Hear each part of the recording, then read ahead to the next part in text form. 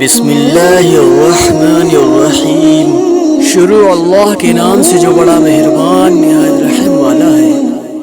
حضرت برا بن عازب رضی اللہ عنہما سے روایت ہے کہ ہم لوگ نبی کریم صلی اللہ علیہ وسلم کے ساتھ ایک انصاری صحابی کے جنازے میں قبرستان گئے۔ جب ہم قبر کے پاس پہنچے جو کہ ابھی کھودی نہیں گئی، نبی کریم صلی اللہ علیہ وسلم وہاں قبر کی تیاری کے انتظار میں تشریف فرما ہوئے اور آپ کے ارد و گرد ہم بھی اس طرح متوجہ ہو کر بیٹھ گئے گویا کہ ہمارے سروں پر پرندے بیٹھے ہوں۔ آپ کے ہاتھ میں لکڑی تھی جس سے زمین کو کورید رہے تھے، جو کسی گہری سوچ کے وقت ہوتا ہے۔ پھر آپ صلی اللہ علیہ وسلم نے اپنا سر مبارک اٹھایا اور 2 یا 3 مرتبہ فرمایا عذاب قبر سے اللہ تعالیٰ کی پناہ مانگو۔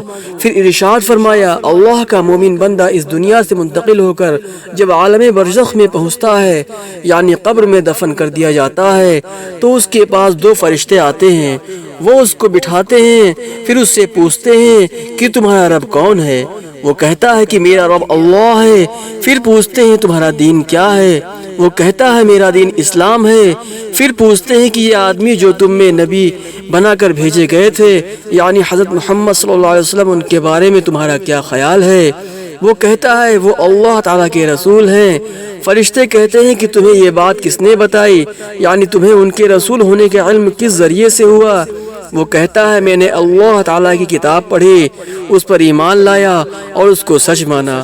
اس کے بعد رسول اللہ صلی اللہ علیہ وسلم نے ارشاد فرمایا مومن بندہ فرشتوں کے مذکورہ بالا سوالات کے جوابات جب اس طرح ٹھیک ٹھیک دے دیتا ہے تو ایک منادی آسمان سے ندا دیتا ہے، یعنی اللہ تعالیٰ کی طرف سے آسمان سے اعلان کرایا جاتا ہے کہ میرے بندے نے سچ کہا، لہٰذا اس کے لیے جنت کا بستر بچھا دو، اسے جنت کا لباس پہنا دو اور اس کے لیے جنت میں ایک دروازہ کھول دو۔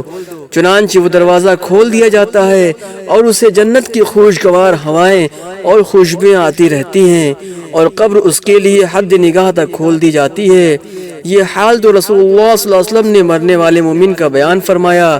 اس کے بعد آپ نے کافر کی موت کا ذکر کیا اور ارشاد فرمایا مرنے کے بعد اس کی روح اس کے جسم میں لوٹائی جاتی ہے اور اس کے پاس بھی 2 فرشتے آتے ہیں، وہ اس کو بٹھاتے ہیں اور اس سے پوچھتے ہیں کہ تیرا رب کون ہے؟ وہ کہتا ہے ہائے افسوس میں کچھ نہیں جانتا۔ پھر فرشتے اس سے پوچھتے ہیں کہ تیرا دین کیا تھا؟ وہ کہتا ہے ہائے افسوس میں کچھ نہیں جانتا۔ پھر فرشتے اس سے کہتے ہیں کہ یہ آدمی جو تمہارے اندر بحیثیت نبی کے بھیجا گیا تھا، تمہارا اس کے بارے میں کیا خیال تھا؟ وہ پھر بھی یہی کہتا ہے ہائے افسوس میں کچھ نہیں جانتا۔ اس سوال و جواب کے بعد آسمان سے ایک پکارنے والا اللہ تعالیٰ کی طرف سے پکارتا ہے کہ اس نے جھوٹ کہا۔ پھر اللہ تعالیٰ کی طرف سے ایک منادی آواز لگاتا ہے کہ اس کے لیے آگ کا بستر بچھا دو اور اسے آگ کا لباس پہنا دو اور اس کے لیے دوزخ کا ایک دروازہ کھول دو۔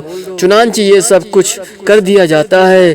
رسول اللہ صلی اللہ علیہ وسلم فرماتے ہیں دوزخ کے اس دروازے سے دوزخ کی گرمی اور جلانے جھلسانے والی ہوائیں اس کے پاس آتی رہتی ہیں اور قبر اس پر اتنی تنگ کر دی جاتی ہے کہ جس کی وجہ سے اس کی پسلیاں ایک دوسرے میں گھس جاتی ہیں۔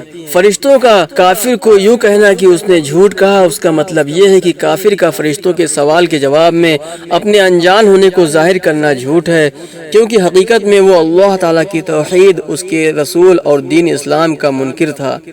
حضرت ابو سعید خدری رضی اللہ تعالیٰ عنہ کی حدیث میں اس طرح ہے کہ 4تھی مرتبہ آپ صلی اللہ علیہ وسلم کی بات کے جواب میں اللہ تعالیٰ ارشاد فرمائیں گے فرشتے بھی شفاعت کر چکے، انبیاء علیہ السلام بھی شفاعت کر چکے اور مومنین بھی شفاعت کر چکے، اب ارحم الراحمین کے علاوہ اور کوئی باقی نہیں رہا۔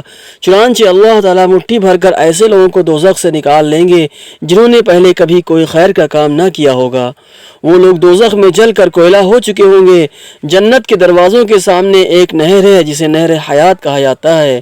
اللہ تعالیٰ اس میں ان لوگوں کو ڈال دیں گے، وہ اس میں سے فوری طور پر تر و تازہ ہو کر نکل آئیں گے، جیسے دانہ سیلاب کے کوڑے میں پانی اور کھاد ملنے کی وجہ سے فوری اگ آتا ہے، اور یہ لوگ موتی کی طرح صاف ستھرے اور چمکدار ہو جائیں گے۔ ان کی گردنوں میں سونے کے پٹے پڑے ہوئے ہوں گے جن سے جنتی ان کو پہچانیں گے کہ یہ لوگ جہنم کی آگ سے اللہ تعالیٰ کے آزاد کردہ ہیں۔ انہیں اللہ تعالیٰ نے بغیر کسی نیک عمل کیے ہوئے جنت میں داخل کر دیا ہے۔ پھر اللہ تعالیٰ ان سے فرمائیں گے جنت میں داخل ہو جاؤ، جو کچھ تم نے جنت میں دیکھا وہ سب تمہارا ہے۔